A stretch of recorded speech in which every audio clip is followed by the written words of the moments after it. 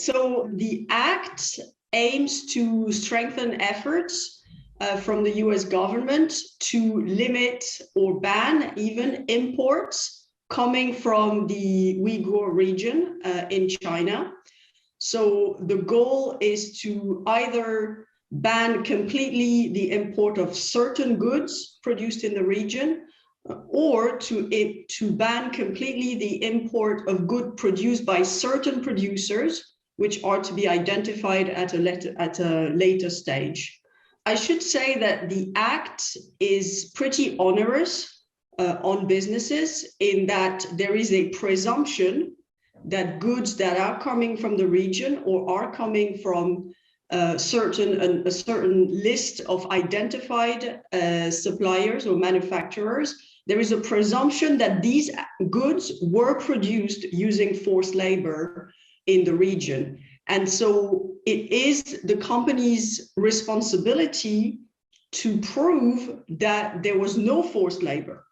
So the presumption is with forced labor, and it is the burden of proof, if you will, is on the company to prove that there's no forced labor, which of course is changed compared to what is usually the approach in such legislation or generally in law, which is that, it's usually the party who's injured who will have to prove that something has gone wrong.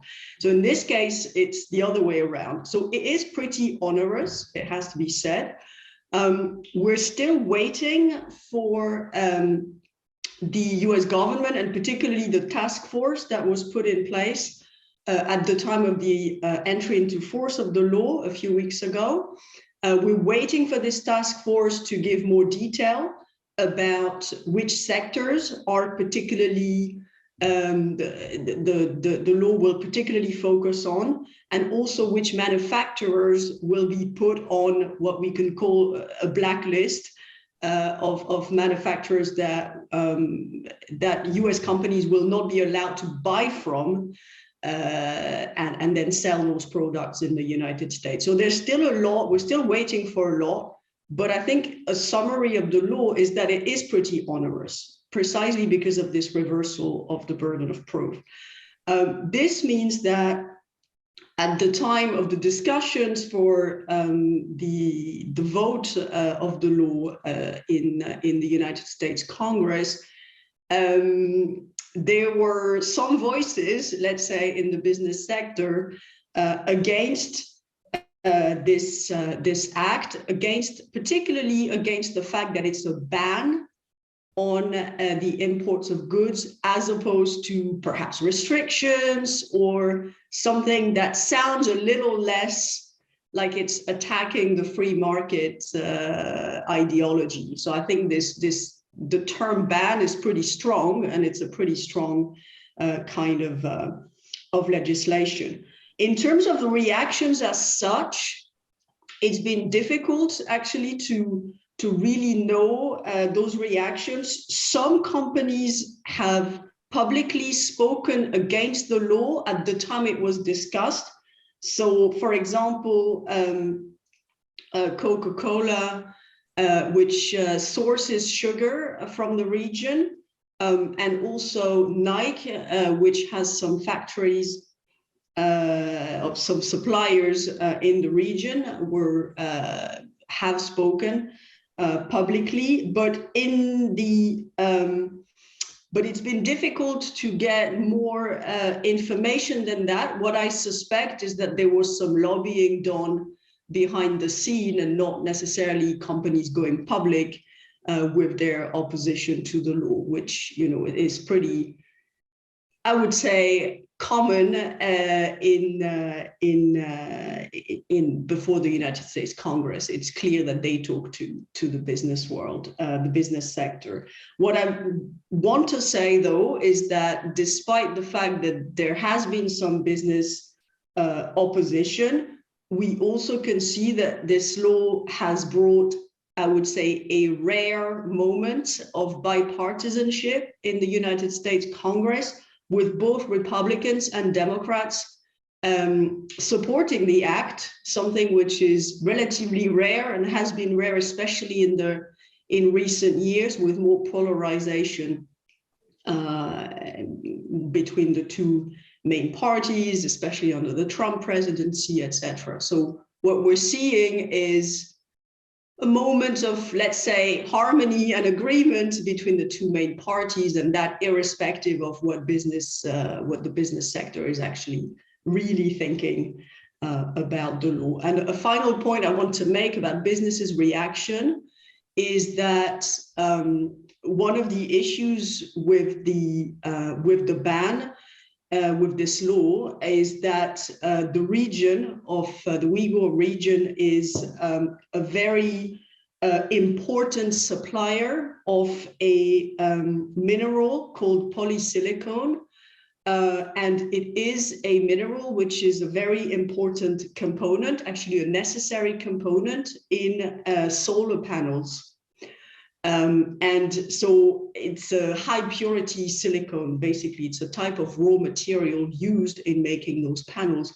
And that, of course, is something to take into consideration, because this ban may slow down the otherwise green transition that we are all hoping for. So the opposition of the business sector is perhaps not only based on the fact that that they have suppliers there, but also that in terms of making some very important elements that are necessary for environmental reasons, that this might be difficult in the future because of this act. So it's not all easily replaceable in terms of supplying from there.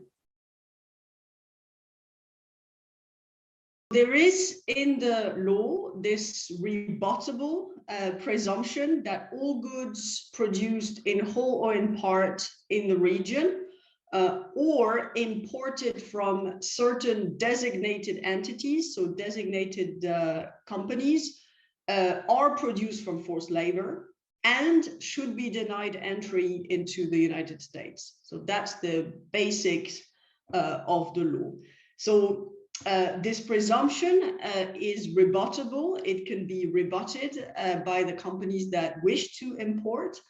But to rebut the presumption, the importer has to basically fully comply with due diligence guidance, which is being elaborated at the moment. So it's not yet published as far as I know. So they will have to fully comply with this guidance, which is we're waiting for, a due diligence guidance. They will also have to respond to questions and queries from the customs services, the United States Customs Services, which I suspect will be quite detailed, but we'll have to see. And also, it's clear that some clear evidence will be expected from the importers, that just saying that they've bought from there and the label says that it's coming from a particular region, I suspect and hope that it will not be enough, that more will be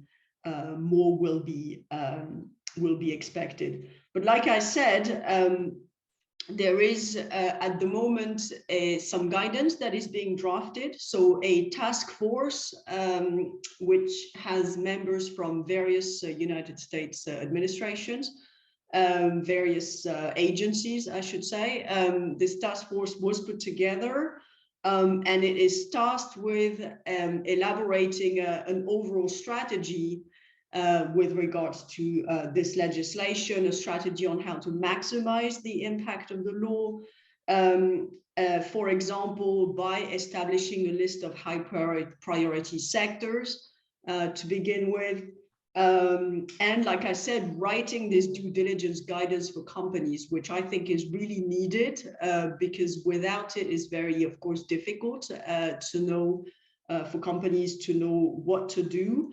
There is a deadline for this strategy to be published. It should be published and submitted to Congress by the 21st of June, 2022.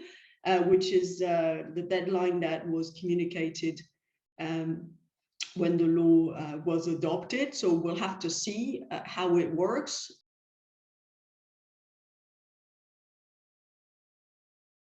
First, I need to say that this act, that it's not the first time that import bans are in place, especially not in the United States, and also not even with regards to the Uyghur region. So we already had import bans in place in the US under certain conditions, but what this act does is it strengthens the current framework, particularly by adding this presumption of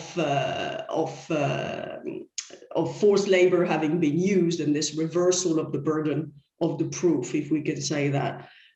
So it's not the first time that it's in place. I'm not too sure about good practices or best practices in this area. I have to say this is not something I have looked at in great detail, but I think it is interesting perhaps to look at what the EU is currently doing or has said they would do, because I think that's also brings the US legislation into, brings new light, I think, to the US legislation. So back in September 2021, when the law was the bill was started to be discussed in the US, the president of the European Commission, Ursula von der Leyen, she announced that because the United States are doing it, that perhaps the EU could think about introducing similar legislation, banning the imports of products produced with forced labor within the EU market. But in December, as the law was really the bill was going through Congress, we had a high-level EU official in the Commission who said very clearly that the EU was not going to follow the US approach, was not therefore going to adopt similar legislation, and that in any event, and that's an important aspect, I think the EU disagreed with the regional approach that the US has adopted, because what the US has done is have this very strict requirement, presumption of forced labor, if the goods come from a particular region, but that of course is just limited to this region. Whereas we know forced labor exists also in other parts of the world, and of course, unfortunately, not only in that particular region of China. So the official communication from the Commission has been that there is a preference either for a general ban on products produced using forced labor in general and not just in China. So that's one option. Or for a broader human rights due diligence legislation, a proposal which we're hoping will come from the EU Commission soon in 2022. So there seems to be, yes, this approach, there seems to be this idea, at least coming from EU officials, that the US approach is too narrow and perhaps too stigmatizing. That's my interpretation, too stigmatizing against China. And that something broader that doesn't necessarily target a region or a country would be preferable. Now, the EU has import bans in place already, or import restrictions in certain sectors. For example, in the context in relation to deforestation, so with regards to the imports of certain types of wood, and also has legislation on conflict minerals, which actually has just entered into force in January this year, I believe. So yeah, to come back to your question, I don't know if this is best practices, but certainly there are other ways of doing it. than the route that the US has chosen.